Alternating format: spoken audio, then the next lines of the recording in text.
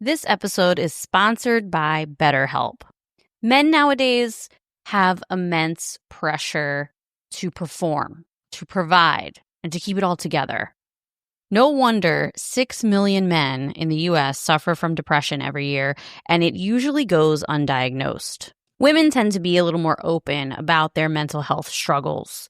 So if you're a man and you're feeling the weight of the world on your shoulders, it's okay to talk to someone, to open up about what's happening. BetterHelp has over 35,000 therapists. It's super convenient. You can switch therapists at any time. And the therapy sessions are all done through the app, so you don't have to travel anywhere to talk to someone.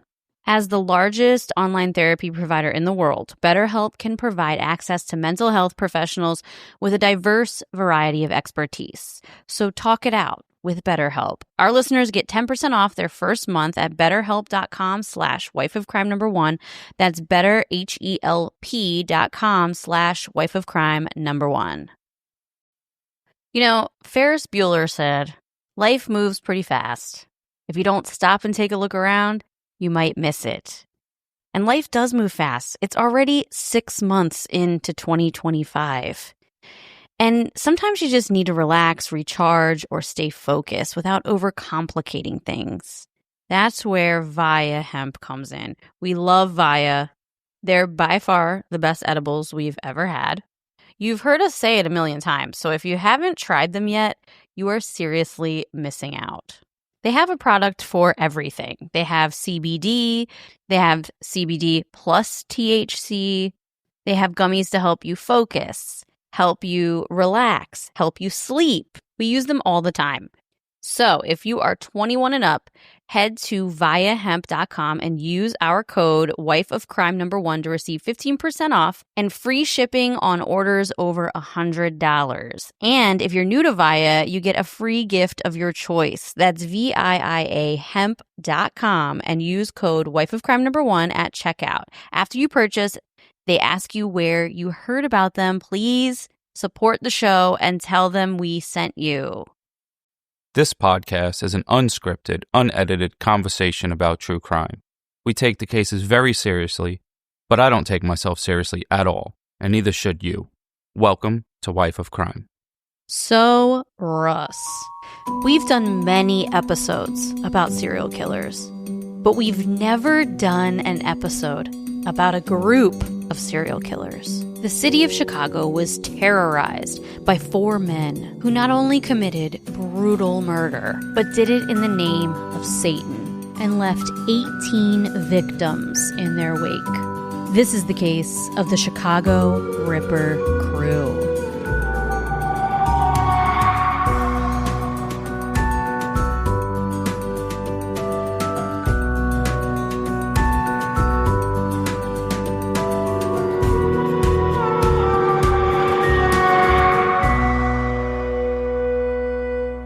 Hello, everyone. Welcome back to Wife of Crime, a true crime podcast where I tell my husband, Russ, true crime stories and he reacts to them. What's up, folks? It's your boy Russ, a.k.a. the husband, back for another one. All right. Well, I have an update. So last week, we did start spreading the news. Yeah. And we talked about the Diddy trial a lot. And we went, spent like a half hour on that. Well, I had an update that I wanted to talk about and I completely forgot. Okay. So, a couple months ago, I spoke about the Lewis brothers. They are twin brothers who were found dead at the top of Bell Mountain in Georgia. Do you remember? Young twin brothers fresh out of high school. Yes, fresh out of high school. They were supposed to be visiting friends in Boston. They were supposed to get on a 7 a.m. flight. They never made their flight. They ended up being discovered 90 miles away from where they live. Yeah. On the top of Bell Mountain, which is like a tourist attraction. And immediately the cops were trying to say this was a murder-suicide. But the family was like, absolutely not. The family was pissed. I made a TikTok about it and tried to spread the word. Because like a lot of times in true crime, if we talk about it a lot and put more attention and there's like media attention about it, it kind of holds the cops to a higher standard of puts pressure. Yeah, it puts more pressure. So I made a TikTok. It's kind of like when you want me to do something, you just don't say it once. You say it it's like nagging. Yeah, yeah, I guess so. You have to nag the police into investigating more. Yes. So unfortunately, the medical examiner report came back this week, and sadly, they have ruled it a double suicide.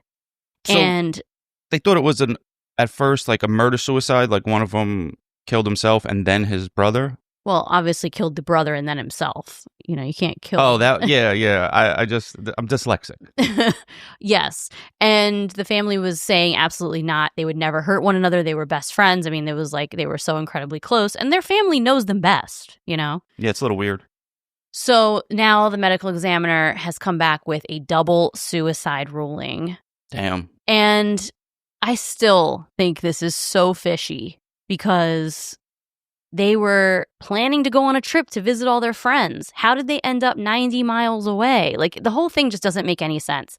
But the GBI is closing the case because they're not going to investigate it as a homicide. And I don't know what the GBI is. The Georgia Bureau of Investigations. Oh. And well, I wonder what evidence they have to say that. Maybe they have evidence that proves it. I don't know all the evidence in the case. Just very unlikely that two 18-year-old boys would do something like that. I know. While I always felt like, when people tend to kill themselves, they're always alone. Or there's signs, and the family is like, there's no signs that they wanted to hurt themselves or each other. Yeah. So the whole case is very weird.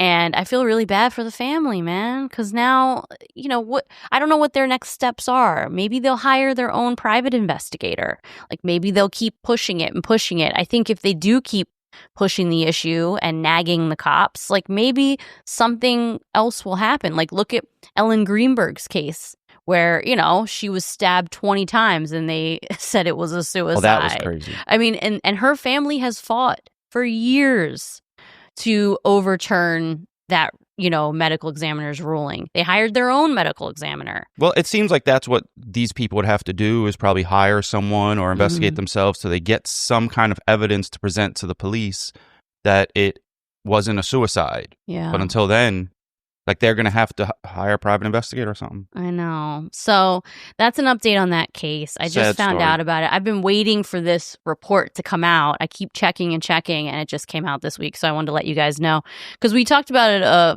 couple start spreading the newses ago. And then, it's just sad. And I don't know what the family's going to do from here.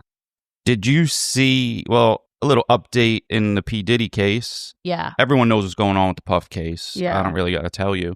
So one of the things that I've heard was Puff was talking about possibly getting a pardon from Trump. Trump said, oh, yeah, P. Diddy used to really like me. Mm-hmm. So it was kind of on the table. Mm-hmm. But 50 Cent being 50 Cent made sure he posted videos of Diddy talking about how we must not elect Trump ever. He's a bad person. So 50 Cent's posting these videos and says he's going to reach out to Trump to make sure he doesn't get pardoned if he gets convicted. I know, I saw that. His level of pettiness. Yeah. Well, I guess Puff don't have as many people as he thinks he does, because he would have offed 50 Cent for this. Yeah. So he and his when everybody's like, oh, I couldn't quit. Just go home and you could quit. That's how you quit a job. You walk out. Well. So, that's that. And then another update. Mm-hmm. Huge update. Okay. Huge update. Huge. Mm-hmm. McDonald's is bringing back the snack wrap July 10th. The long anticipated, highly missed snack wrap that fed us for a long time. It was like $1, but now I'm worried it's going to be like $4 it's gonna be like $3.99. Yeah, then you better give me a sandwich. Yeah.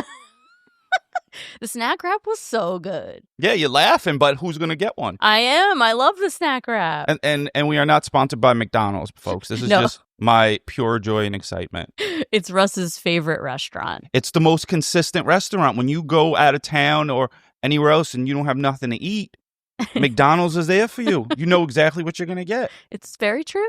You go to other restaurants, you get a burger, you're like, oh my God, I can't even finish this garbage. And then I'm not the type of person to send anything back. I just will pay for it, not eat it, and walk out. Yeah. Yeah. You won't send anything back. Yeah, like if I'd rather pay $20 to not have the conversation with the person about how I didn't like it. Wow, big update. Huge. Back to P. Diddy. Me and Russ watched. So Cameron has his own podcast with Mace, and they haven't really addressed all the stuff with Puff really on the podcast. They talk about sports. That's why. I feel like Mace kind of just like washes hands with it. Like, I'm too cool for this shit. That's why I left. He is very smooth. Mace is very smooth. But Cameron is just as petty as 50 Cent. So he decided. Like me. He decided to have the Punisher. And if you don't know who the Punisher is, folks.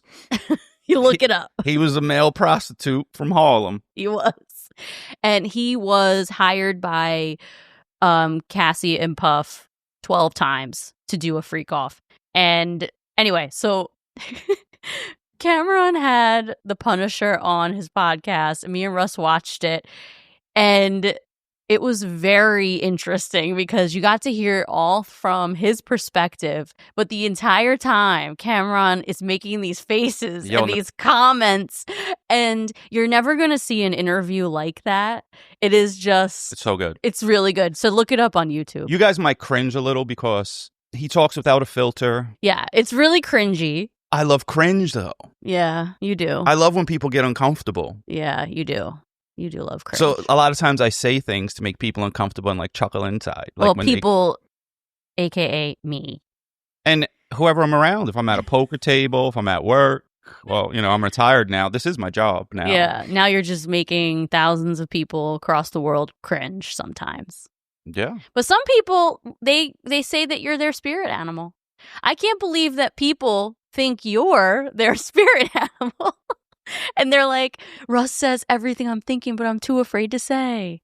Well, just say it because nothing's going to happen to you.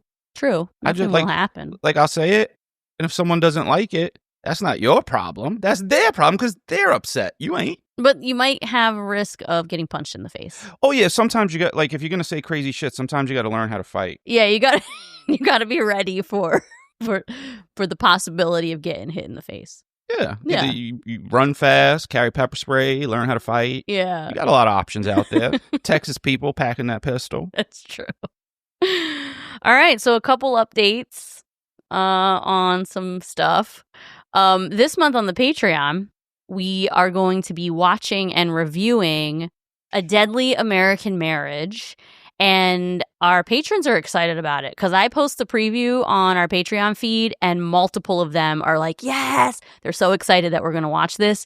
They can't wait for us to talk about it. Hope it's good.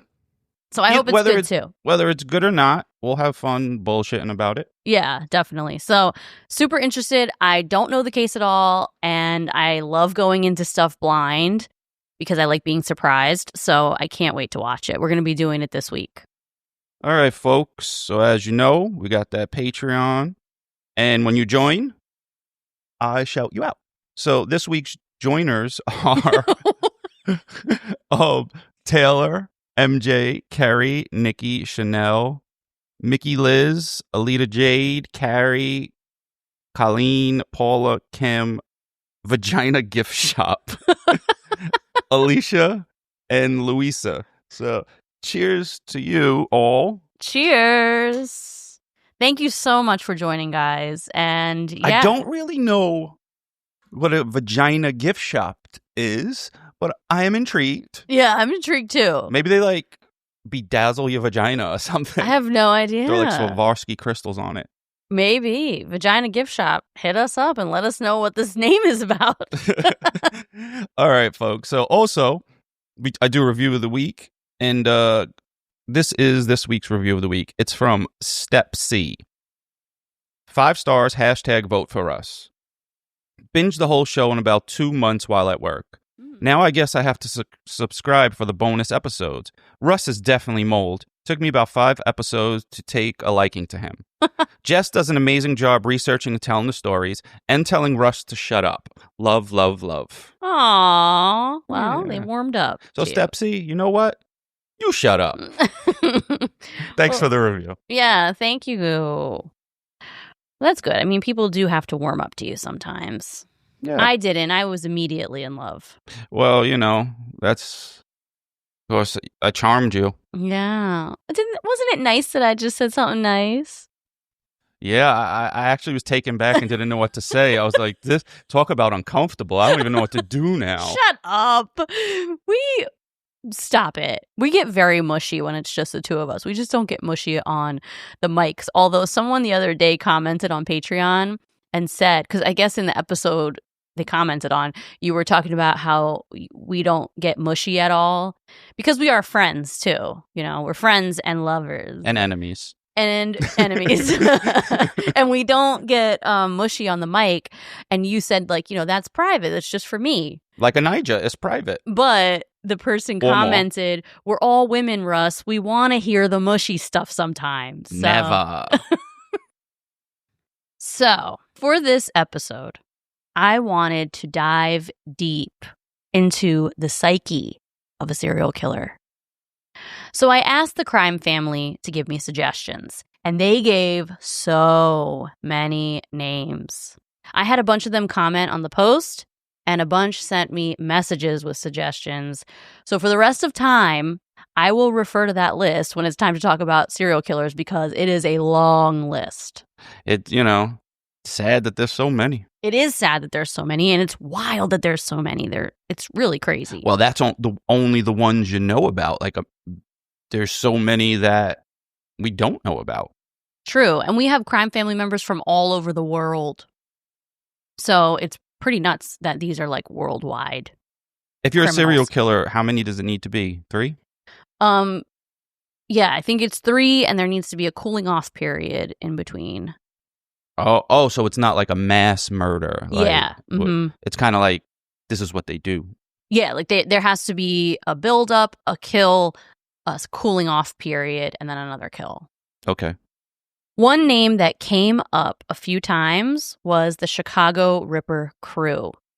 And I personally hadn't heard of them. What intrigued me immediately, though, is that it was a group and not just one person. Well, I fell down the disgusting rabbit hole of this group of unhinged and depraved men, and I am now scarred for life. You all know I don't always give a trigger warning, but when I do, you need to take it to heart. This is probably the worst serial killer case we have ever and may ever cover. So take heed to my words. If you're a little emo lately, or if there's kids around. So if you shop at Hot Topic lately? No, emotional. As you said, emo. Oh, I was thinking tonight will be the night. That's emo. Yes, emo. Where did that accent come from that they do? It's ridiculous. So, yes, emo as in emo, but also emo as in emotional. So if you're feeling a little emotional lately. Like those young kids that started that group that you like, the young black kids. Oh, yeah, I love them. Yeah, even they do that accent. Yeah, I love them though. They're gonna get huge, I swear. Hope so. So if you're feeling a little emotional lately, or if there are kids around, skip this episode or play it later, okay? Rob Zombie is legendary for creating uncomfortably grotesque horror films. The best. I remember when his first film, House of a Thousand Corpses, came out. I was a senior in high school, and I watched it with my friends. His movies make you feel things. Uncomfortable things. I actually think Rob Zombie is really a great guy. I watched his interview on Joe Rogan 6 years ago, and he's actually very down to earth. Someone once described him as a guy who went to a Halloween party but never left, which I think is really funny. I like that. This case is like a horror film Rob Zombie would write. It makes me feel very uncomfortable feelings. But tragically and shockingly, it isn't fiction. It's all 100% true. I thought about changing the case after hearing the details of these crimes because I never cover cases of extreme torture. But I chose to write this anyway because there are elements of this story unrelated to the actual acts they committed that I think are important reminders and lessons that need to be talked about. I will be diving into the psychology and societal impact of this case more so than the gruesome and gory details, mainly because some of the things these men did to their victims, I honestly cannot bring myself to say out loud. Out of respect for these women, I'd rather not discuss those things in detail. But if you want to know all the details, you can find them online. The Chicago Ripper crew was a group of 4 men, Robin Gecht, Edward Spitzer, and brothers Andrew and Thomas Kokorellis, who went on a brutal killing spree in the early 1980s. Between May of 1981 and October of 1982, they kidnapped, tortured, and murdered multiple women around Chicago with disturbing, ritual-like elements tied to Robin Gecht's new obsession with devil worship. Their crimes were shockingly violent, and for a while, they flew under the radar.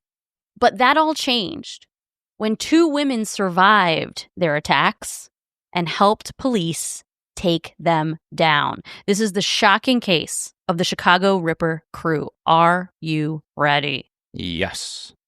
In the 1980s, fear of the devil wasn't just the stuff of horror movies. It was headline news. Across the U.S., a wave of paranoia known as the satanic panic took hold. Oh, my mom was full-fledged down with the satanic panic. She probably still thinks it's going on today. Probably. And they would say, remember you go trick-or-treating, they're like, oh, they can put razor blades in the apples. Oh, yeah. First of all, if anybody gave apples, nobody's going to the house or eating the apple. True. Well, it took hold, convincing parents, pastors, and police that satanic cults were secretly abusing children, performing rituals, and corrupting all the kids. Everything from Dungeons and Dragons to punk rock and heavy metal was suddenly seen as a gateway to devil worship. Teenagers who dressed in black, questioned authority, or embraced anything countercultural became easy targets. But the panic had an unexpected side effect. While many were terrified, others were intrigued. All the media hype and forbidden imagery actually led some people, especially alienated teens and people who already had a skewed view of the world, to dive into satanic themes, either out of curiosity, rebellion, or genuine belief. Most of the so-called evidence of widespread satanic activity turned out to be fake. We know now that a lot of it was just like false propaganda and hysteria perpetrated by the media and evangelical pastors. Right? Yeah.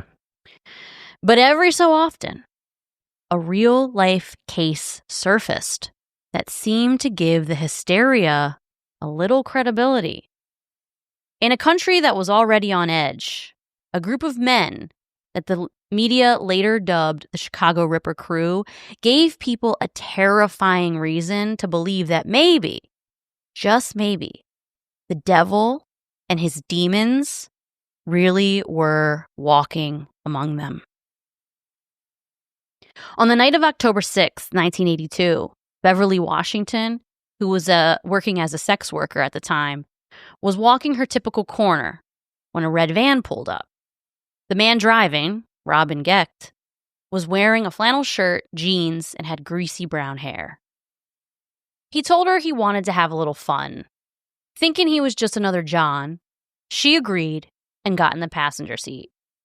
Once inside, he told her to climb in the back of the van. As she did, he pulled a gun, pointed at her, and said, "If you do exactly what I say, I won't kill you." Now, Bev had been doing this a long time, okay? She was a veteran of the block, an OG. So this probably ain't the first time she's been threatened. No. And she assumed this was a young white guy with a fetish, looking to get his kinky kicks off. Back then, the slang term was a hooker freak. Hooker freaks are men who like to play out their fantasies with prostitutes.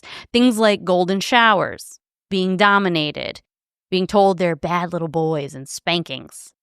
And other hooker freaks like to dominate the women. They like to, hold a gun to their head and play out these kind of violent fantasies with them. So Beverly had been there, done that, okay? And she was fine with playing out these scenarios as long as the gun wasn't loaded and she got paid. So when Robin pulled the gun, she wasn't immediately scared. She actually thought it was an act. Oh, shit. She reacted like, "Oh no, mister, don't pull a gun on me. I'm so scared." Right? Like, she is truly an OG, okay? But Robin wasn't looking to play out a fantasy. He then pulled out a knife and put it right up to her throat. And then Beverly got scared. He told her to hold out her hand, so she did. He put a handful of pills in it, and he said swallow them. Beverly didn't know if she would ever wake up. But she did. The next morning, she woke up laying on the concrete near railroad tracks. She was disoriented, and as she blinked her eyes open, she felt the most agonizing pain she had ever felt. She looked down at her chest and saw that her left breast was gone. What? And she could fuck? see her ribs. Oh my God. Her right breast was hanging on by 2 small pieces of skin. She was bloody and started having electric shocks of pain in her chest and between her legs. She couldn't stand up, so she slowly began to crawl. Inch by inch, she crawled into the middle of the street. A homeless man who was sleeping in a doorway saw her and ran over to her. More people showed up and called 911. Beverly was rushed to the emergency room and was stabilized, but she was so critical and she had lost so much blood that doctors were afraid she wasn't going to protect her airway. So in the ER, we call it protect your airway because it means you might have really bad blood pressure because you've lost so much blood that at any point you're like unable to breathe. So they have to intubate you. That's what happened to you in the hospital. Yeah. They have to intubate you and they have to put you on a ventilator. So she was placed on a ventilator. Yeah, that's crazy because as you were saying, like, what happened to her, I was thinking, if someone cuts off a body part, aren't you just going to bleed out? Like, if you're not awake, you're just going to keep bleeding until you die. So she lost a lot of blood, but she didn't die. Wow. She was placed on a ventilator, Not heavily me, not medicated. today. Exactly. When detectives arrived, they tried to get information by just asking yes or no questions, telling her blink once for yes, shake your head for no. After a little while, they gave her a pen and paper to write. She wrote red van, brown mustache, greasy hair, flannel shirt, blue jeans. She then wrote in horrific detail that the man used a piano wire, wrapped it around her breast, and squeezed and tightened until it severed it off. Oh my God. And then she passed out. They asked her to describe the van in more detail. So she wrote, roach clip with feathers, 1 white, 1 blue, hanging from the rear view. The detectives looked at one another. This sounded familiar. Back in June of 1982, a sex worker named Angel York was working her corner when a red van pulled up. After Angel got inside, Robin Gecht pulled his .45 on her and ordered her to get in the back of the van. At gunpoint, he handcuffed her right hand to her ankle and her left hand to the inside of the van. He then shoved a rag in her mouth and duct taped it shut. He got undressed, took out a knife, uncuffed one of her hands, and with the gun in her face, told Angel to cut off her own breast. Oh no. Terrified and screaming and crying, she started to cut. I feel like I didn't even know that was possible as a human, that you could do it. Well, she started to, and then she started to lose consciousness. So Robin grabbed the knife and sliced it off. Why do you hate titties? No, just wait. We get really into the whole boob thing. This whole episode is surrounded by boobs, okay? And it's pretty crazy. We're going to get really into it. I never thought I wouldn't want to be surrounded by boobs until now. Yeah, so this whole episode, we're going to be talking a lot. We're going to be kind of hyper fixated on boobs, okay? So he grabbed the knife and he sliced it off. And then, I don't know if I can say this part. It's so bad. Well, you probably don't have to, but what is it? And then he had sex with the wound. Ugh. When he finished, he covered the wound with duct tape and threw her out of the van into an alley, leaving her for dead. A few hours later, security guards from a nearby club found Angel barely alive and called 911. She was taken to the ER, and while there, cops took a statement. She told them what he looked like, everything that happened, and described the red van. She told cops it had a roach clip with 2 feathers, one white and one blue, hanging from the rear view. You'd think that after hearing a story like this and getting a description like that cops would be all over this, right? Put out a bolo. APB. Ain't all that what they hands call it? on deck. What's APB stand for? I don't know. I I'll just find know out. bolo, which is be on the lookout, right? All hands on deck for this monster. But unfortunately, when a sex worker gets brutalized, it's kind of a half-ass investigation. Yeah, and APB means all points bulletin. Okay. It's like an alert that's sent to the police departments. When a sex worker gets murdered, it's not always a proper, thorough investigation. So an attempted murder, cops were like, we'll look out for this guy. He's out here beating up hookers. And that's as far as it went. But they didn't put the 2 cases together since they were the same Angel thing? was first. Beverly was second. Oh. Remember I said at the end of Beverly's statement when she said the roach clip, the cops looked at each other and was like, oh my God, this sounds familiar. Oh, see, you messed me up. You went back to the future. I did. I'm going back to the future a few times in this, so you got to pay attention. All right, Doc. I'm definitely Marty because I'm cooler. You're definitely Doc. I am. I'm Doc for sure. Robert Gecht was the ringleader of the group, terrorizing Chicago's women from May of 1981 to October of 1982. They started off targeting Black sex workers exclusively, and then it progressed. Although some of the women were sex workers, not all of them were, which meant no one was safe from these men. In the 1980s, crimes against Black prostitutes were often ignored or brushed aside because of deep-rooted racism, classism, and the stigma around prostitution, right? A lot of people, including the police, didn't see these women as worthy victims. So their cases didn't get the attention they deserved. Their lives were seen as less valuable because of who they were and what they did for a living. So as a result, when they went missing or were harmed, it wasn't treated like as big of a deal. This lack of care made it easier for predators to keep hurting women without getting caught. But sex work has been around forever, literally centuries, and it's not going anywhere. Trying to ban it doesn't stop it. It just pushes it underground and makes it way more dangerous. Take Jack the Ripper, for example. He targeted sex workers in the 1800s because he knew no one really cared about them or their safety. Who we did an episode on if you want to listen. Yeah, we did an episode on him back in 2021. And they know who Jack the Ripper is now. I forgot his name. We talked about it in our episode. Yep. That mindset hasn't gone away. When sex work is criminalized, they can be stuck in risky situations where they can't go to police because they have a fear of getting arrested themselves. That's a good point. Decriminalizing sex work isn't about promoting it. It's about making sure people can do it safely and with basic rights because it's going to happen regardless. It's been around since the beginning of time. They got to unionize that ass.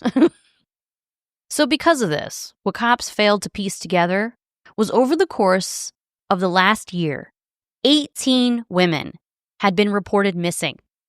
And 5 of those women's bodies had been discovered, all of them mutilated in the same way. Their left breast had been removed, and they had been tortured, raped, and killed. Robin Gecht was a man who was not only incredibly mean and cruel, but also very stupid, which, when you think about it, is a pretty dangerous combination. Well, sometimes you hope the criminals are stupid because then you could catch them. When we talk about other serial killers, we see that some of them had this like double life, right? They have a relatively normal home life, and on the outside, things seem normal, and they commit their atrocities in secret. But Robin isn't your normal serial killer. He was mean and cruel to everyone around him. Robin was born in Chicago in 1953 into a tough household with a neglectful mother and a hard, mean father. He was the oldest, and after his siblings were born, he had to give his bed to his brother and sister, and he had to sleep on the floor. But despite a relatively neglectful, figure-it-out-on-your-own childhood, he had natural psychopathic tendencies. When he was 6, he was left in the car with his infant sister and 3-year-old brother while his mom went into the grocery store, which, is kind of normal. People used to leave their kids in the car all the time, especially in the 70s and 80s, right? I felt like I was always in the damn car. No one ever let me go anywhere. Maybe because they didn't want to buy me the candy I was going to ask for. Maybe. Well, shit. It was like freaking 25. Give me $1. That's it. I could buy candy and then put a quarter in the machine to like get a little stupid toy. It's true. Me and my brother would be in the car all the time when my mom ran into stores and stuff. So even though he was only 6, his mother put him in charge while she was gone. And it's not known whether Robin encouraged his little brother, who was 3, to get out of the car, or if he saw it happen and didn't stop him. But his brother got out of the car, wandered out into a nearby street, and got hit. Oh, no. Leaving him paralyzed and with brain damage. His parents shipped his brother Everett off to an institution where he lived the remainder of his life. That's so sad. I know. Robin's parents, although poor, didn't stop having kids. So he had 2 more younger sisters. I feel like when people are poor, they have more kids, probably, because they don't have that much to do. Maybe. Maybe. I think they were just Catholic and didn't believe in birth control. Oh. Yeah. So they didn't stop having kids. They had 2 more daughters. And even though he didn't really prove to be very reliable after his brother got hit by a car, Robin was put in charge of helping take care of these 3 little girls. And he resented his sisters, hated them, in fact. Between the natural psychopathy and the home he was raised in, it was a recipe for him to grow up to be a woman hater. Robin was a problem child. He got into a lot of trouble in school. He loved to start fires, fight with kids. He was very disruptive in class. He was eventually sent to a school for troubled youth called the Chicago Parental School. It was like a military school, where the main punishment was 24 hours of solitary confinement. At the age of 15, Robin dropped out of school and began to learn a trade, which, that's a good idea, right? Learn a trade. Yeah, get a job, make some money. He was working under an electrician, and that's a great trade. Great idea. You can make a lot of good money. It's a solid career. It could have been a turning point for him. But around 16 years old, Robin was kicked out of the house for allegedly molesting his 12-year-old sister. And while it's never been officially confirmed, I definitely believe it. He was a sexual deviant, so I don't doubt for a second that he did this to her. After getting kicked out, he started dating a girl, and he got her pregnant.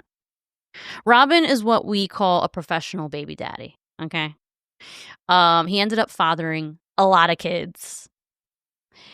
But this first girl, he got her pregnant and then broke up with her pretty much right after the baby was born. And he hopped from woman to woman for a few years, popping out a bunch of kids. Crazy. Until he finally decided to settle down. He's like Nick Cannon.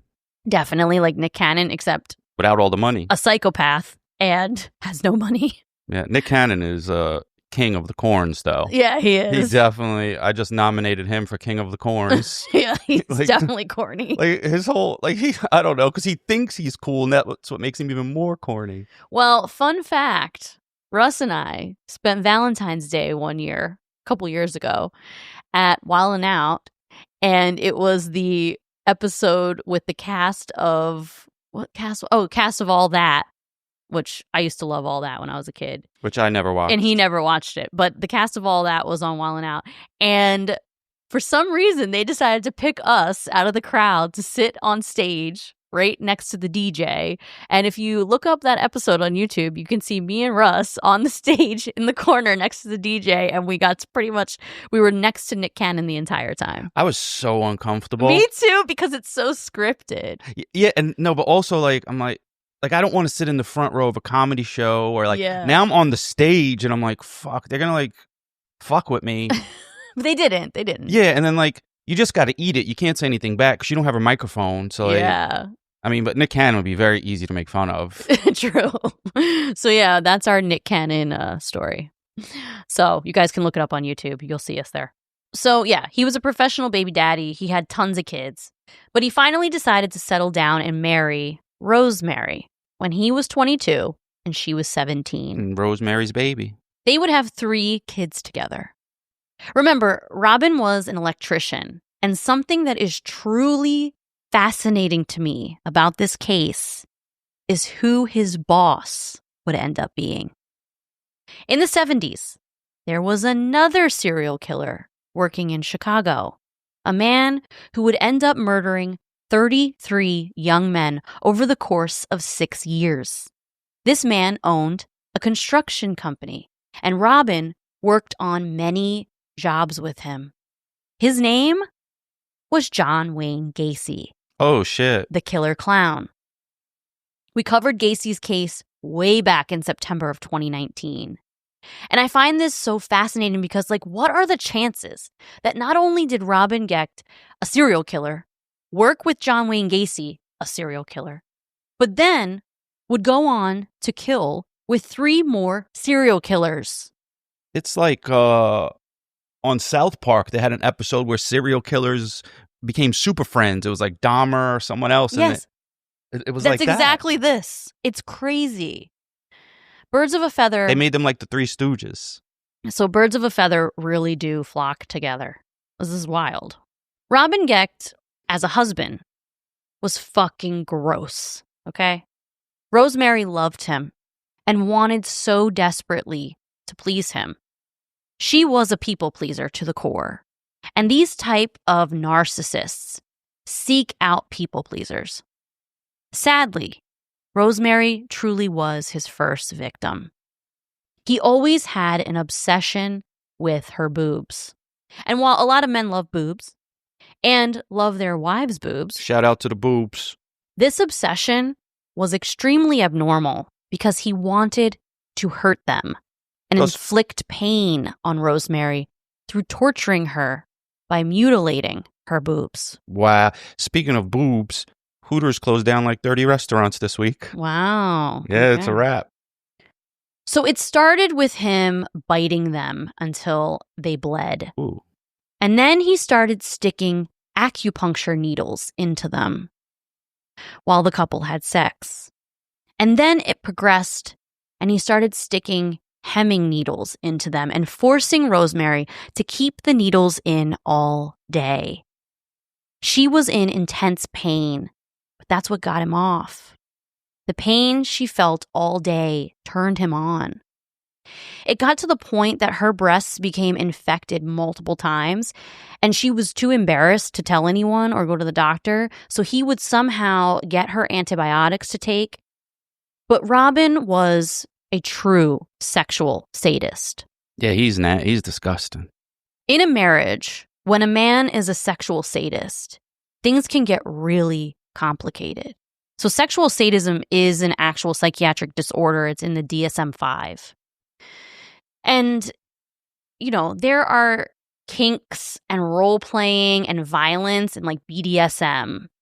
That's a little different from sexual sadism, okay? Sexual sadists want to inflict real pain on people. Yeah.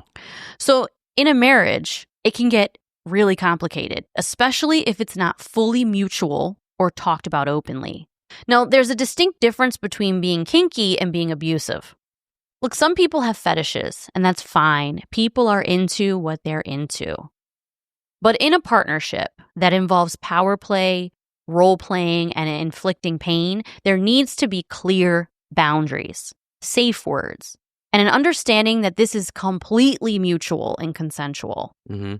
If both partners are into that kind of dynamic and it's built on trust and there are very clear boundaries, it can actually bring them closer in like a weirdly intimate way, right? I guess. But when it's just him getting off on control or causing pain, and she's really not that into it, or feels like she has no say, it can quickly become manipulation and abuse rather than love. Over time, she might feel confused, isolated, or even scared, stuck between wanting to please him and feeling something's just not right. Without real communication and consent, that kind of dynamic becomes very dangerous. So Rosemary, she didn't want to keep doing this, but she, like many women out there, wanted to keep her partner happy and faithful and thought, okay, he's into some weird shit, but like this is what he likes. And it's my job as his wife to like keep him satisfied. I think there's a line somewhere, and, to me, he was crossing that line. Absolutely. But after a few years of enduring this and hating it, he began to cheat on her, and Rosemary was actually relieved. She couldn't speak to anyone about this. She was embarrassed and ashamed, and it was incredibly isolating for her. Robin ended up cheating on her with much younger women, and sometimes, even in some instances, teenage girls. These young women would even come to the house, and there are reports of him actually having sex with them in his daughter's bedroom in her bed. Wow. While his daughter was at school. Robin started dating a woman named Tina, and she spoke out a lot in interviews after this group was caught. And she seemed to be more into the sexual dynamic Robin was after. But Rosemary ended up confiding in Tina about the things he was doing to her. It's wild to me that she was so isolated and scared to leave that she confided in her husband's girlfriend. Right. So it just shows how much power this man had over her. They don't even have power unless you give it to them. You know what I mean? She's giving him the power. She's scared of him. Yeah. She's afraid, and she loves him. This is the similar dynamic this is very similar dynamic between Puff and Cassie. Similar dynamic here. She loves him, wants to stay with him, simultaneously is afraid of him and feels isolated and abused. Around this time, Robin began getting really interested in satanic rituals and devil worship after seeing the media frenzy surrounding it. Like I said, it was everywhere. And this was a prime example of a psychological phenomenon known as reactance. People are naturally drawn to things that are off limits. It's human nature, right? When something is labeled as forbidden, it suddenly feels more interesting or mysterious or even exciting. It's basically our brain's way of pushing back when we feel like our freedom is being taken away. So when society says, don't watch that movie, don't read about that topic, a lot of us immediately want to go and do the exact opposite. Not even because we care that much, but because we don't like being told what to do. I sure don't. Robin already had these tendencies, as we see with his sexual sadism, so it's not surprising at all that the hysteria surrounding Satan appealed to him. He was raised in a strict Catholic household, so he used this as a way to rebel.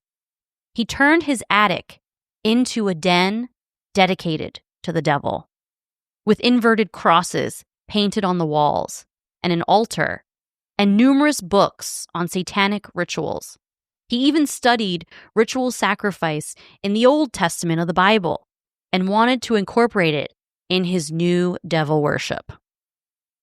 But the question is, how does someone this disgusting and weird find 3 other men willing to participate in this disturbing behavior and go so far as to kill with him?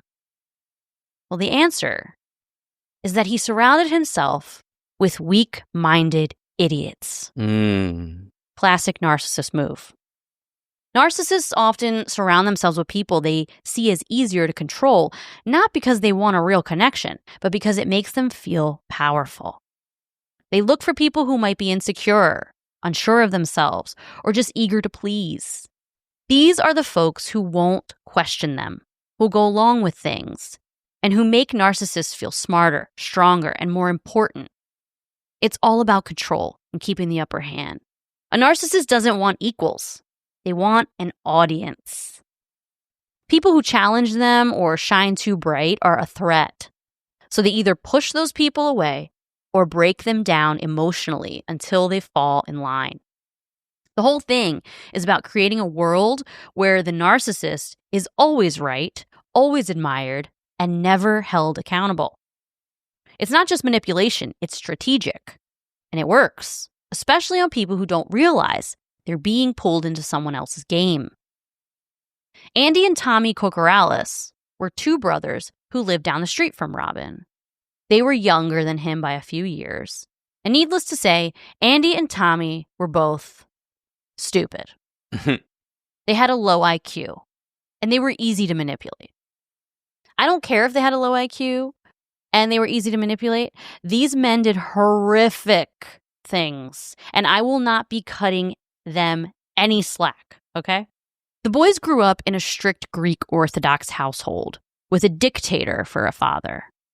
Their father's preferred form of punishment was tying the kids to the kitchen table with their shirts off and whipping them with a switch.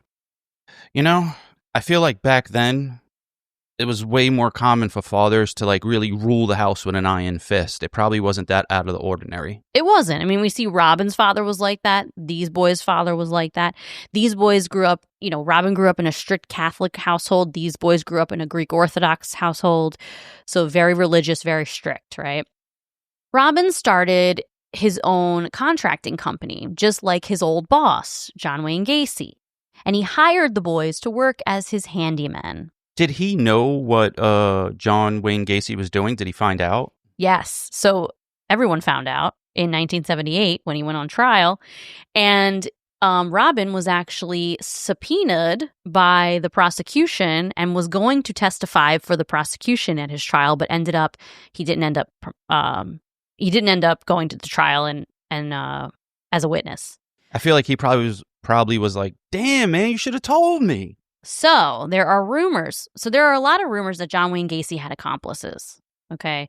And there are rumors that Robin Geck might have been one of his accomplices because, his crimes evolved over time, and we see how his evil and his violence kept progressing, like most serial killers do. But a lot of people believe that he might have killed way prior to the first kill with this group.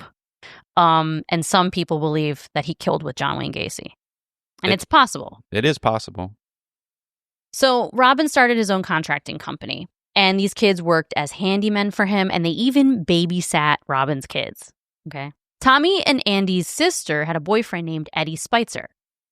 And the brothers told Robin about him and said he needed a job too. So Robin hired him as a handyman as well.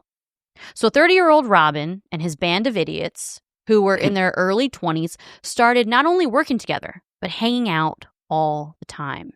He was their boss at work, and they viewed him as an authority figure. But listen, even Forrest Gump, right, who had a low IQ, and I know he's not a real person, but even fuck Jenny.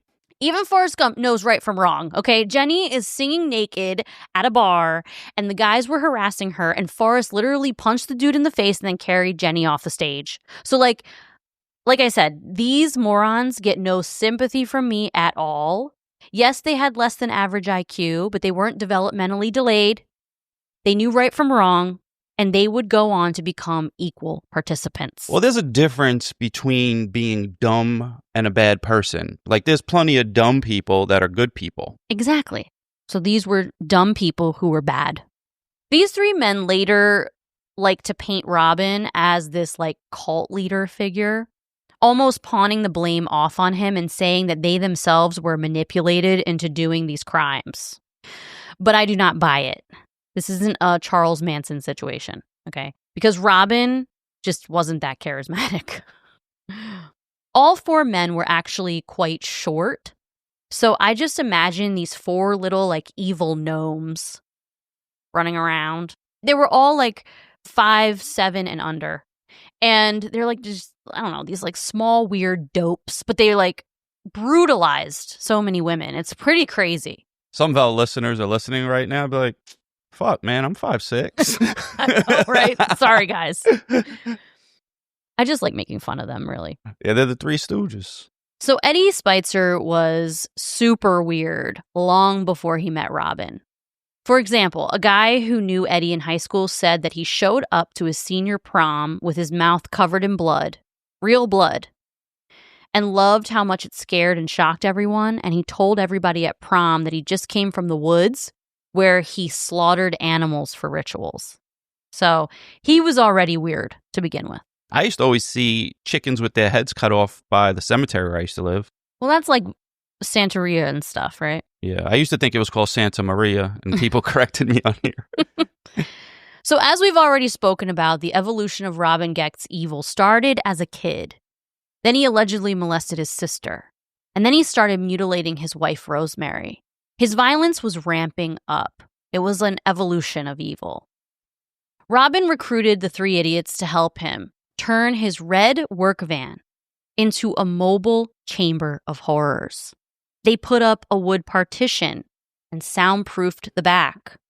They stored weapons back there and even made, this is like something out of a Rob Zombie movie, seriously. They made a homemade axe out of a large piece of wood that they cut a slit into, and then they took a giant piece of triangular glass, shoved it through there and fastened it. So it was like a glass axe. It kind of reminds me of like an apocalypse weapon you would see like in an apocalypse movie. So they had a few weapons that were like handmade like that, which just makes it even more barbaric. Like torture devices. Yeah.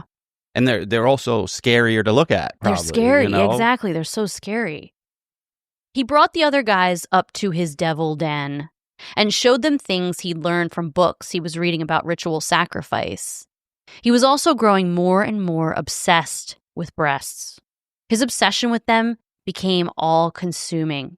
He studied the anatomy of breasts, all the vessels inside, all the mechanisms of how they work. Robin has never admitted to anything, right? In this whole crime, he's never admitted to anything. Wow. But later in interviews, he is quoted saying that he thinks his obsession with boobs is generational. His father was a boob guy. His father before him was a boob guy, right? But Robin wasn't. So was every man that has ever lived. Robin wasn't a boob guy, okay? He was a complete psychopath. He was diabolical. This isn't, I'm just a boob guy. Yeah. It's crazy. Yeah, like if people are ass men, they're not out there skinning asses off. So this part's hard. No one was safe around Robin, not even animals. I will not say everything he did to Rosemary's parents' dog because I can't say it out loud. I don't want to hear it. I'm not going to tell you. But eventually, the dog became pregnant. So he killed her, cut out her puppies, and he put them in jars filled with alcohol and placed them on shelves in his devil's den for decoration. He hasn't killed a person yet that we know of, but he told the guys that he knew the best way to get rid of a body. He said when it's time to dispose of a body, they could go to a cemetery, find a hole where a funeral was about to take place, put the body in the grave and cover it with dirt, so that way, when the funeral happened, the casket would be lowered on top and cover the body. Robin was giddy when he talked about this, like he thought this was a brilliant idea, which actually, it ain't a bad idea to hide a body if you're being real about it. I guess, yeah. I never thought about it. The group started taking the red van out and picking up prostitutes. The 3 men would hide in the back, and Robin would pull over and speak to the women. He would always choose black prostitutes. Because, as I said, they were the most vulnerable and least likely to be taken seriously by cops. As soon as the woman would get in the van and move through the door that was attached to the partition that they built, she would be attacked by the 3 men hiding in the back. How terrifying is that? Yeah, as soon as you jump in. All 4 men would take turns brutalizing the women and then push them, literally throw them out of the back of the van and speed off. These women wouldn't report this. They would be at risk of going to jail themselves for being a prostitute. They did this numerous times to numerous women and then would reconvene back in Robin's attic to do some weird ritualistic shit afterwards. But like Robin and every other serial killer, all of these men's crimes progressed and got more and more depraved until 3 years after his old boss John Wayne Gacy was convicted. Robin and his crew went out and committed their first murder. In May of 1981, Linda Sutton was working the area around Wrigley Field when a red van pulled over. She got in and Robin drove her to a motel about 30 miles away. This was like an hourly place, you know. Yeah, where... frequented by hookers and their johns. Yeah. It's kind of like the place that your mom showed me that she took your dad to for their honeymoon in Maryland. She didn't know it was an hourly motel. It had like a heart-shaped bed and shit. I know. My mom was so young, she didn't know it was an hourly motel. And then she drove me by like, oh, that's where I took them. And then, like, she told me about it. So I bet like the bed vibrated and I'm shit. sure. Oh my God. It was probably so gross. So Tommy and Andy were hiding in the back of the van the whole time, and Eddie was at the motel waiting. When they pulled up, they didn't pay for a room, but instead drove back behind the hotel into a field. And Linda immediately was like, whoa, whoa, whoa, where are we going? Right? She demanded Robin take her back to the city, but Andy and Eddie came from the back and forced her out of the van. According to testimony later given by Andy, he claims that he stayed back in the passenger seat of the van while the other 3 men took turns beating and raping her. Robin then grabbed his homemade glass axe from the van and hit her with it 3 times.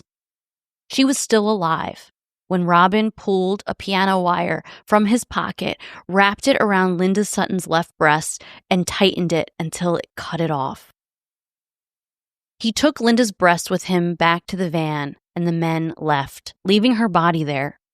Her body would remain there for days until workers at the hotel started to smell something rancid, and they went to look and see because they thought it was maybe like a dead animal, like a dead deer or something. Yeah.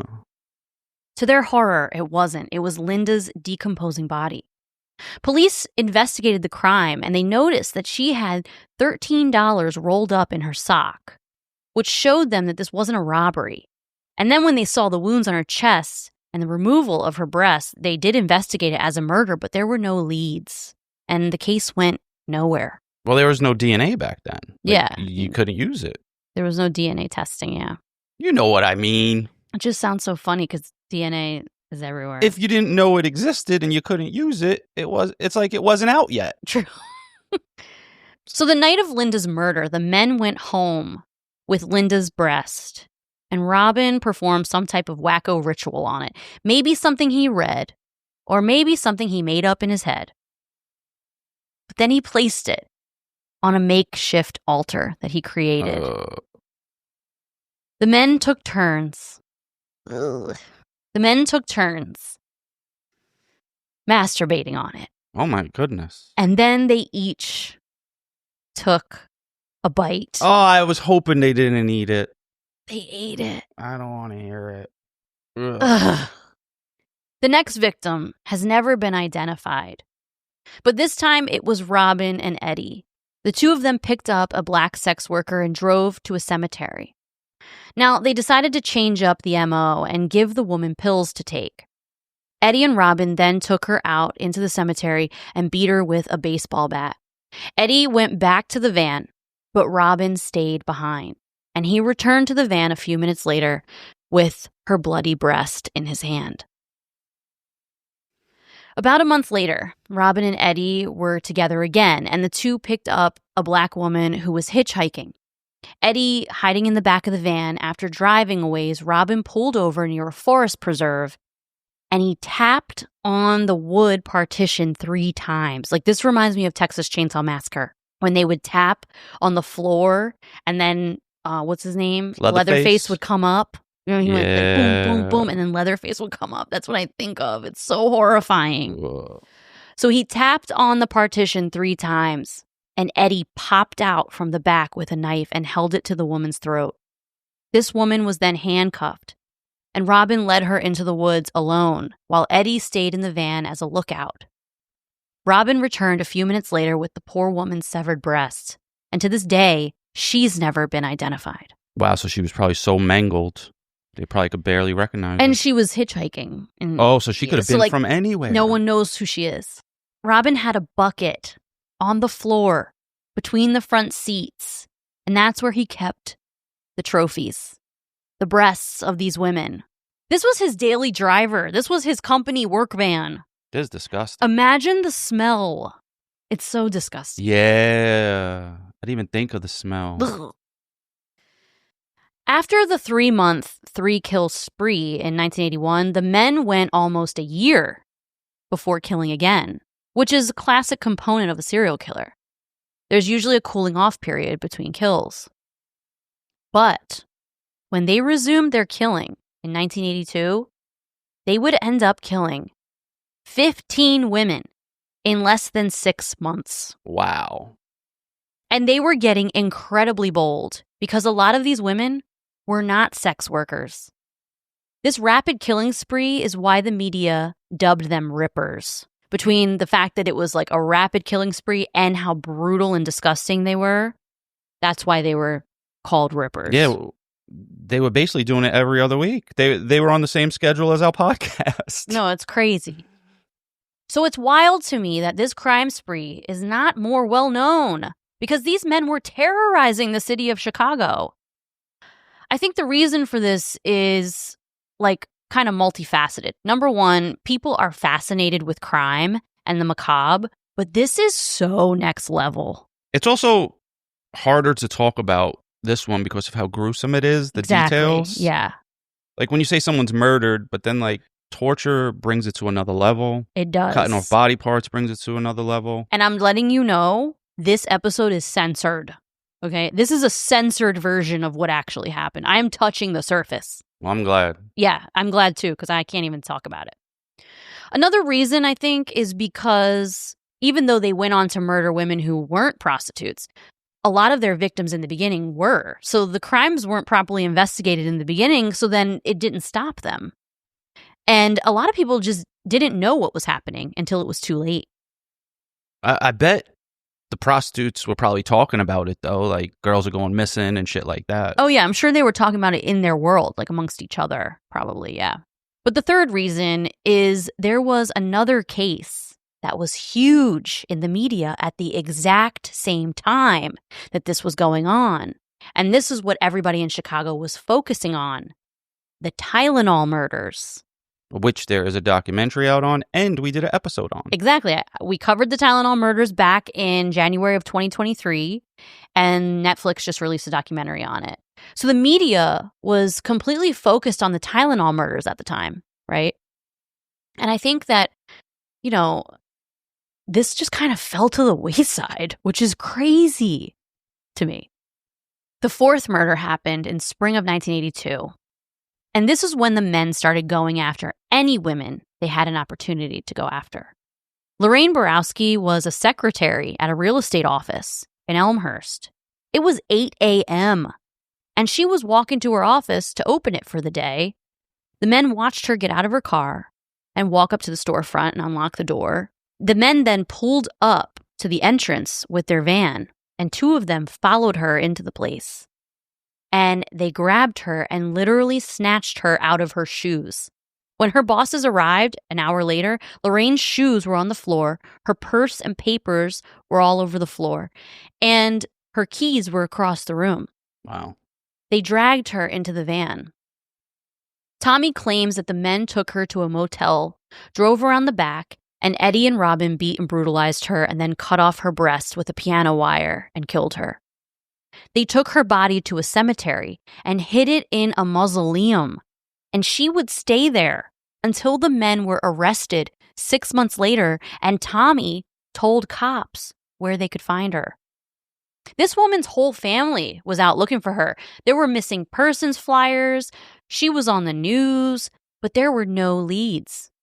An eyewitness royally messed up the investigation. He was a guy who owned a liquor store in the same shopping center, and he said that he saw Lorraine get into a sports car.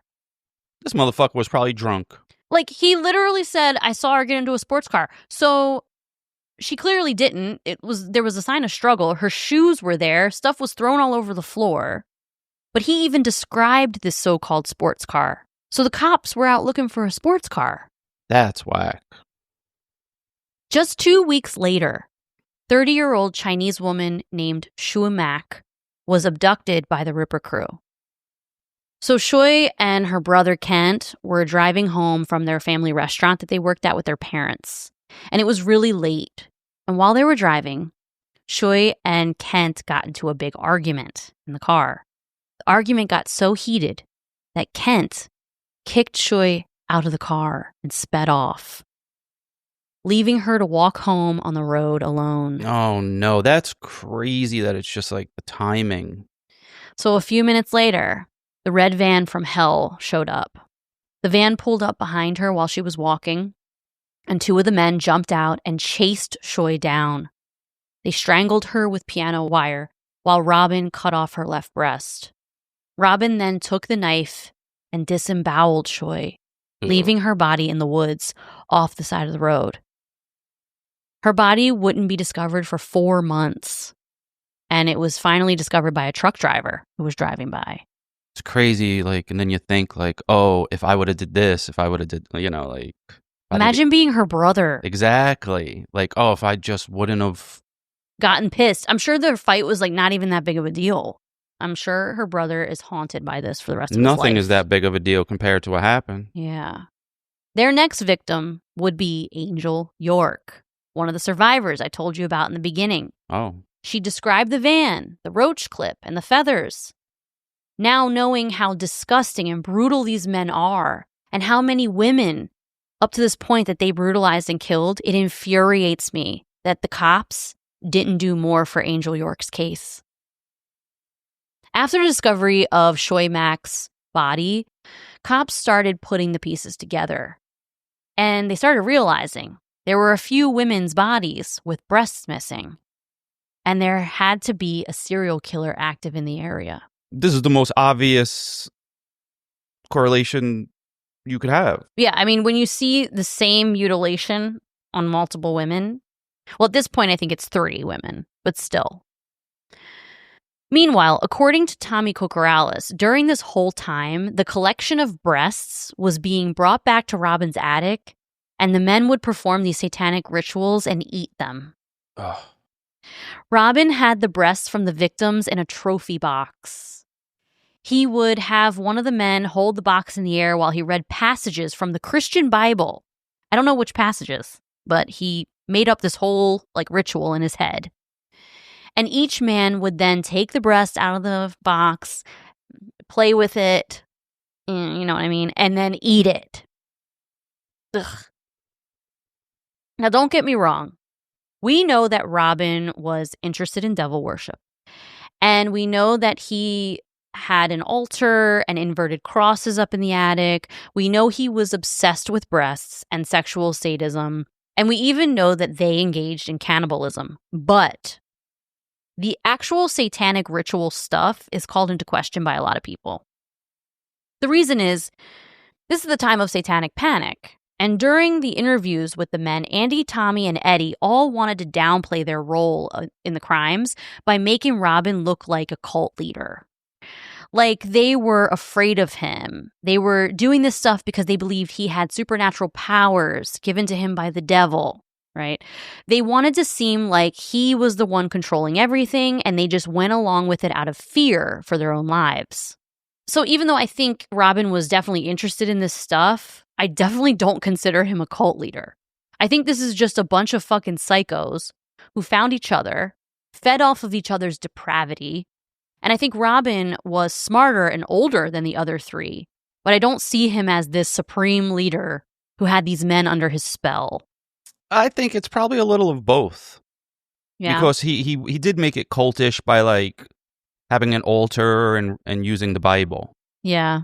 So it was a little culty, but it doesn't matter whether you are in a cult or not. There's no excuse for doing this. Murders, or there's no excuse for nothing in the world. Everything you do, you need to take accountability. Yeah. Well, they're all completely guilty. They're all disgusting individuals, and they all unfortunately found each other, so they fed off of each other.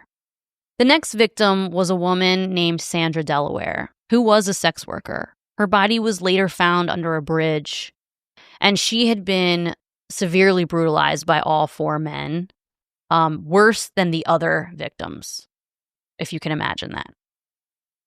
The murder that brought this case to the front page and finally solidified that Chicago had another serial killer on its hands was when a marketing executive named Rose Davis was killed. She was a professional, she had money. So, of course, she ended up in the paper. Rose was just walking down the street after leaving a work dinner with a client and was kidnapped by them.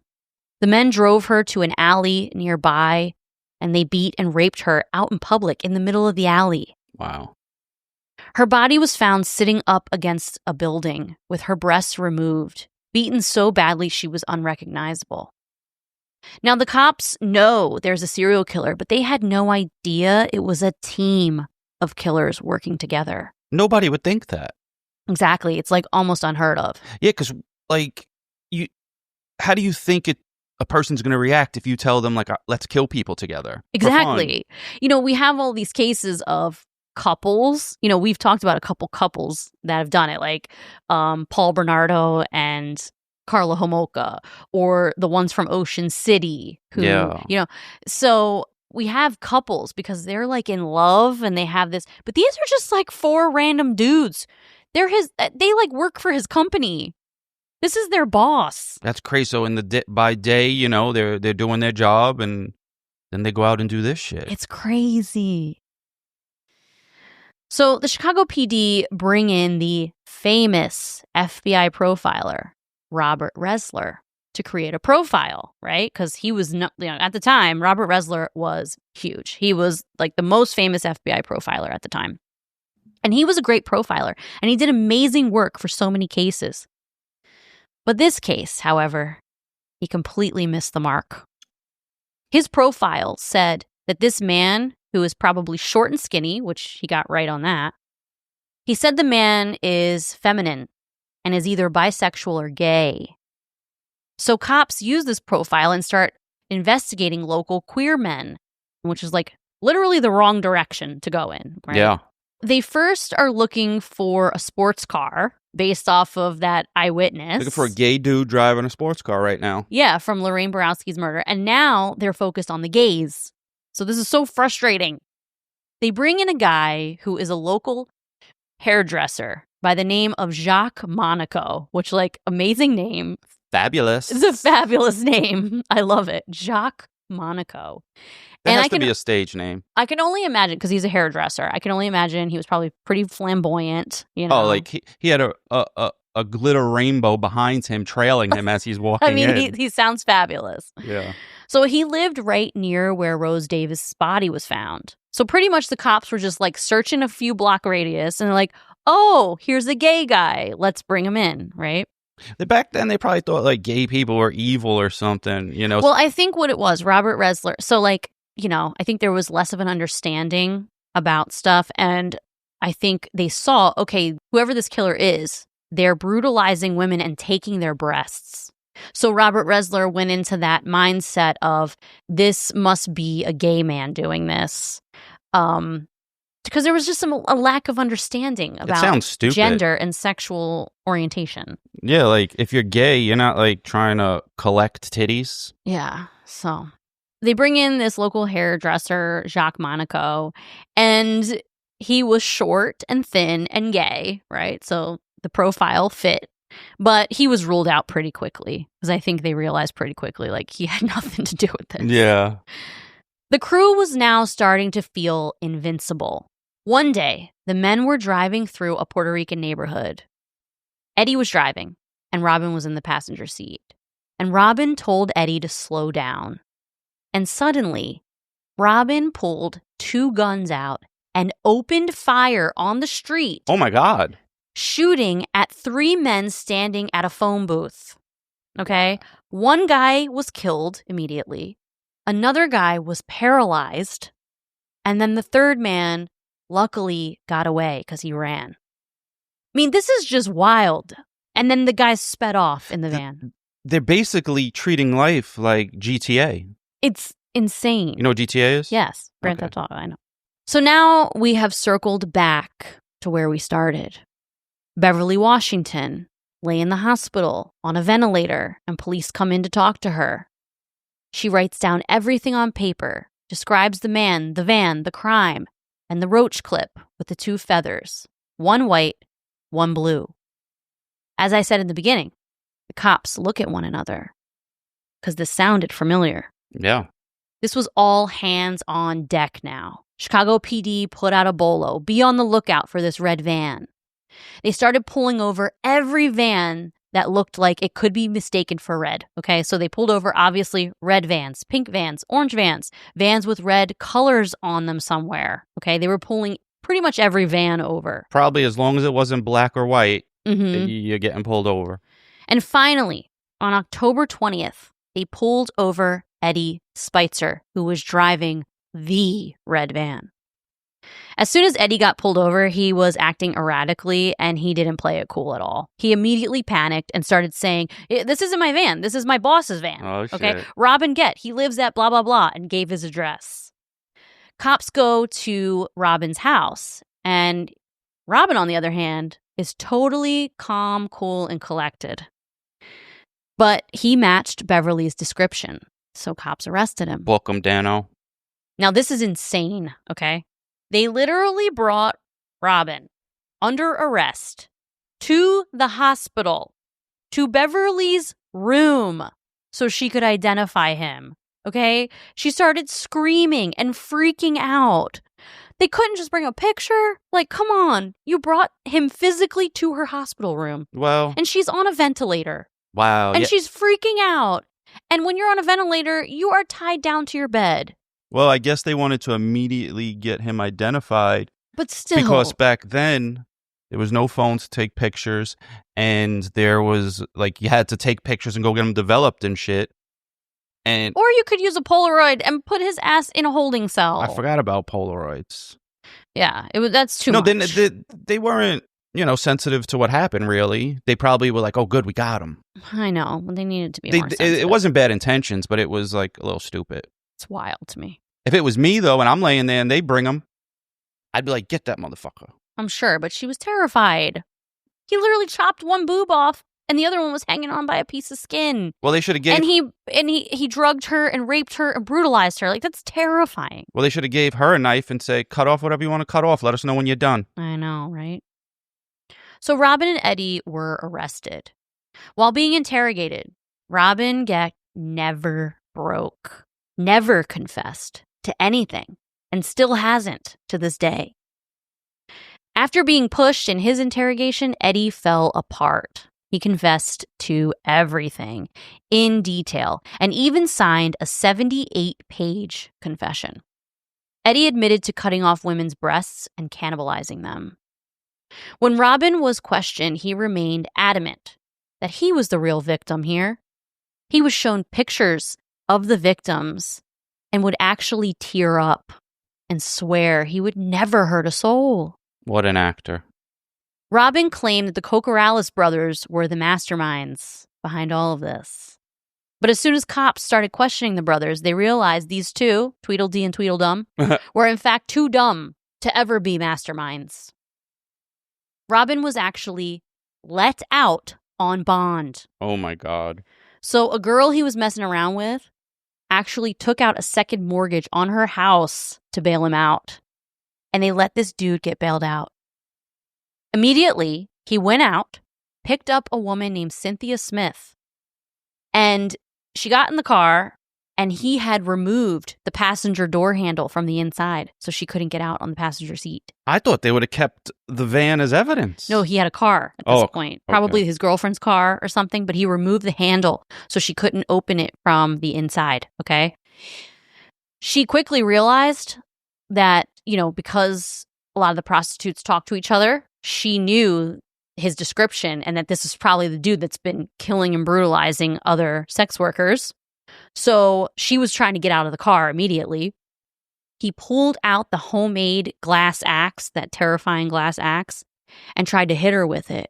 But she fought hard and clawed him in the face and ended up jumping out of the car by climbing over him on the driver's side and ran away. So she got out. That's good. This is while he just got out on bond. Okay. Tommy Kokorellis was the one who pieced a lot of the crimes together for police in the interrogation room. So get this.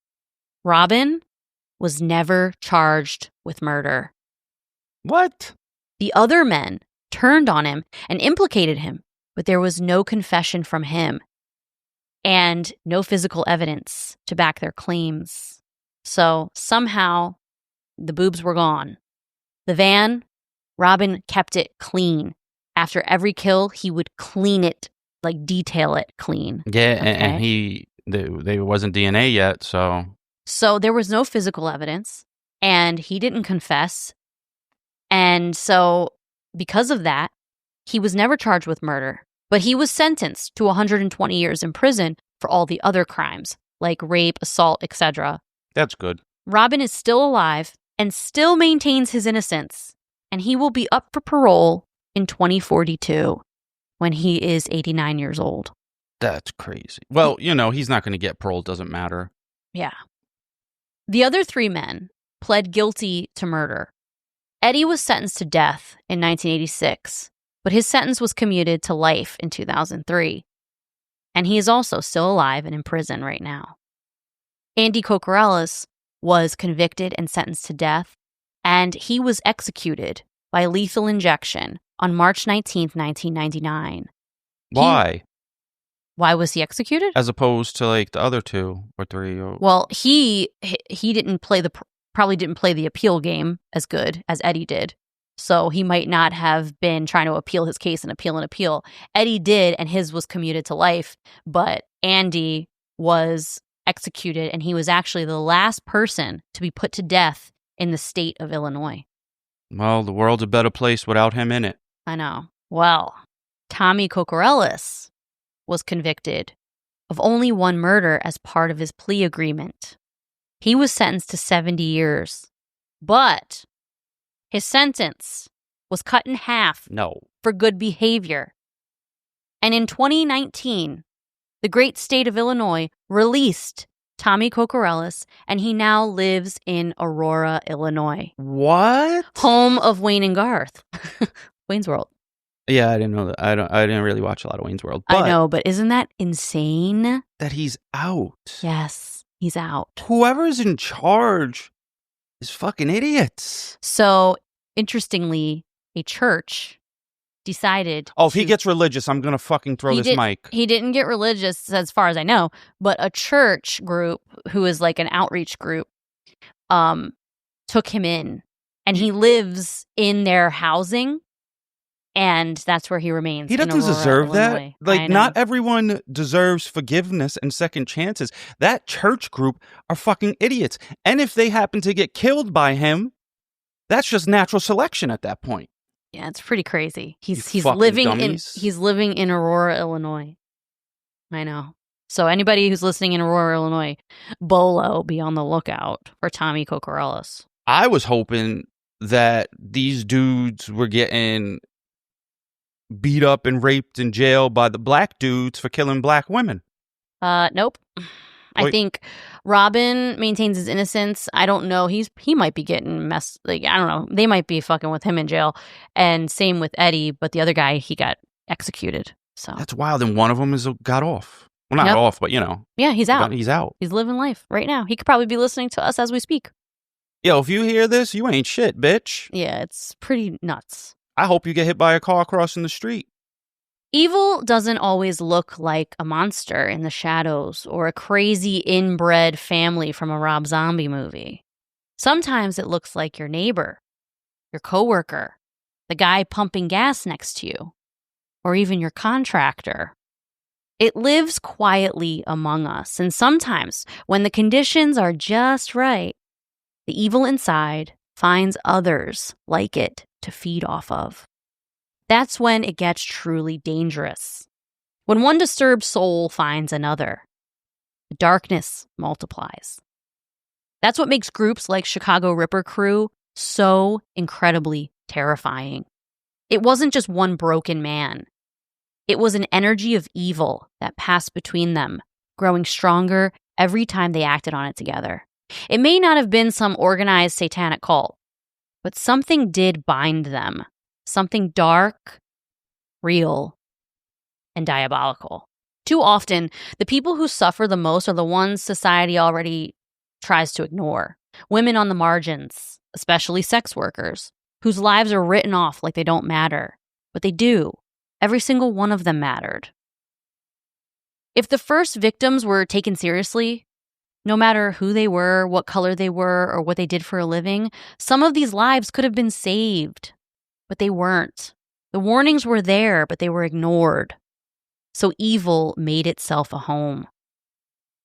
It's a tough task to try and climb inside the psyche of these types of killers and find the root of their evil. And I had a couple nightmares this week while writing the script.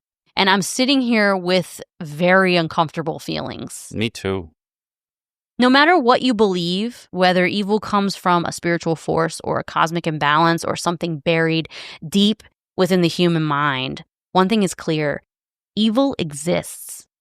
Beliefs may differ on where it starts, but most agree on one thing: acting on that evil is a choice. Darkness may whisper, but it doesn't move without a willing hand. No one becomes a monster by accident. It takes decision, intent, and the complete surrender of empathy. So, that's the horrifying and disgusting case of the Chicago Ripper Crew. That was a doozy. Yeah, it's probably like the worst one we've ever covered because, as I said, I censored myself when writing my script because some of the things I couldn't even say. But when you hear all the details, it's so bad. Yeah. It just reminds me of like a gory horror movie, and it's crazy that it was real. Yeah, like a low budget slasher type thing. Yeah, it's really bad. So I just think it's, like I said in the beginning, I thought about changing the case, and I even reached out to my cousin who's a writer and Myrtle, who writes for us sometimes. And I was like, how do I say this, and this without saying this, and this? Like talking about some of the gory details. And both of them were like, oh my God, like that is tough. So I thought about changing it. But there were so many things about this that I did find really fascinating. I do find the psychology behind a lot of this stuff fascinating. And I did want to dive deep into that stuff. And I also want to talk about the fact that sex workers' crimes are just not taken seriously. And this is like such a prime example of how, if it was, all of these things could have been avoided, or at least half of the murders could have been avoided at least. Or if it was legal, then it wouldn't be done in the shadows. Yes, or if it was decriminalized, people automatically, when you are a proponent of certain things, people assume, like a proponent of decriminalization, or you're pro-choice or whatever it may be, or decriminalizing weed or whatever, people automatically assume that you're an advocate for that thing. Yeah. But that's not true. You're just an advocate for the decriminalization of it so that it's safer, Yeah. And that's a point that I really want to talk about. So even though this case is absolutely disgusting, I did want to talk about all those other things. And I feel like, I tried to be educational throughout it too. You did a good job telling the story. It was just tough. It's a tough one, I know. And I had actual nightmares. The only other time that I've had like these intense feelings, and it's weird because the Snowtown murders was years ago when I covered it. But I distinctly remember when I was researching the Snowtown murders. Shout out to Miss Mutu. When I was researching that case, I don't know. It almost like I felt like I needed to cleanse after. It just gave me such disgusting feelings, and my anxiety was so high. And it almost is like the stuff I was reading, the evil in it was like present in front of me, and it was hard for me to get through. You gotta like cleanse your mind and go watch something funny and like get right now bad energy. Yeah, it feels like bad energy. It was awful. So like I felt that same way this week with this case. So I gotta burn some sage or something. Yeah, I'm probably just gonna go finish watching the last season of Ozark. Yeah, because I'm kind of late on that. Well, But folks, I have about Ozark just popped in my head. I was watching it, and I did not have seeing Darlene's titty on my bingo card. Like when I saw Darlene, I was like, "What the fuck?" Yeah, that show is really good. Oh my, there's so many like good ones. I'm on the last season now. Finally. Well, I'm binging Handmaid's Tale, and I'm definitely going to take a break after researching this because Handmaid's Tale is very emotional It's and too very rapey. and very deep. Yeah, I've never been able to get into Handmaid's Tale. It's just too rapey.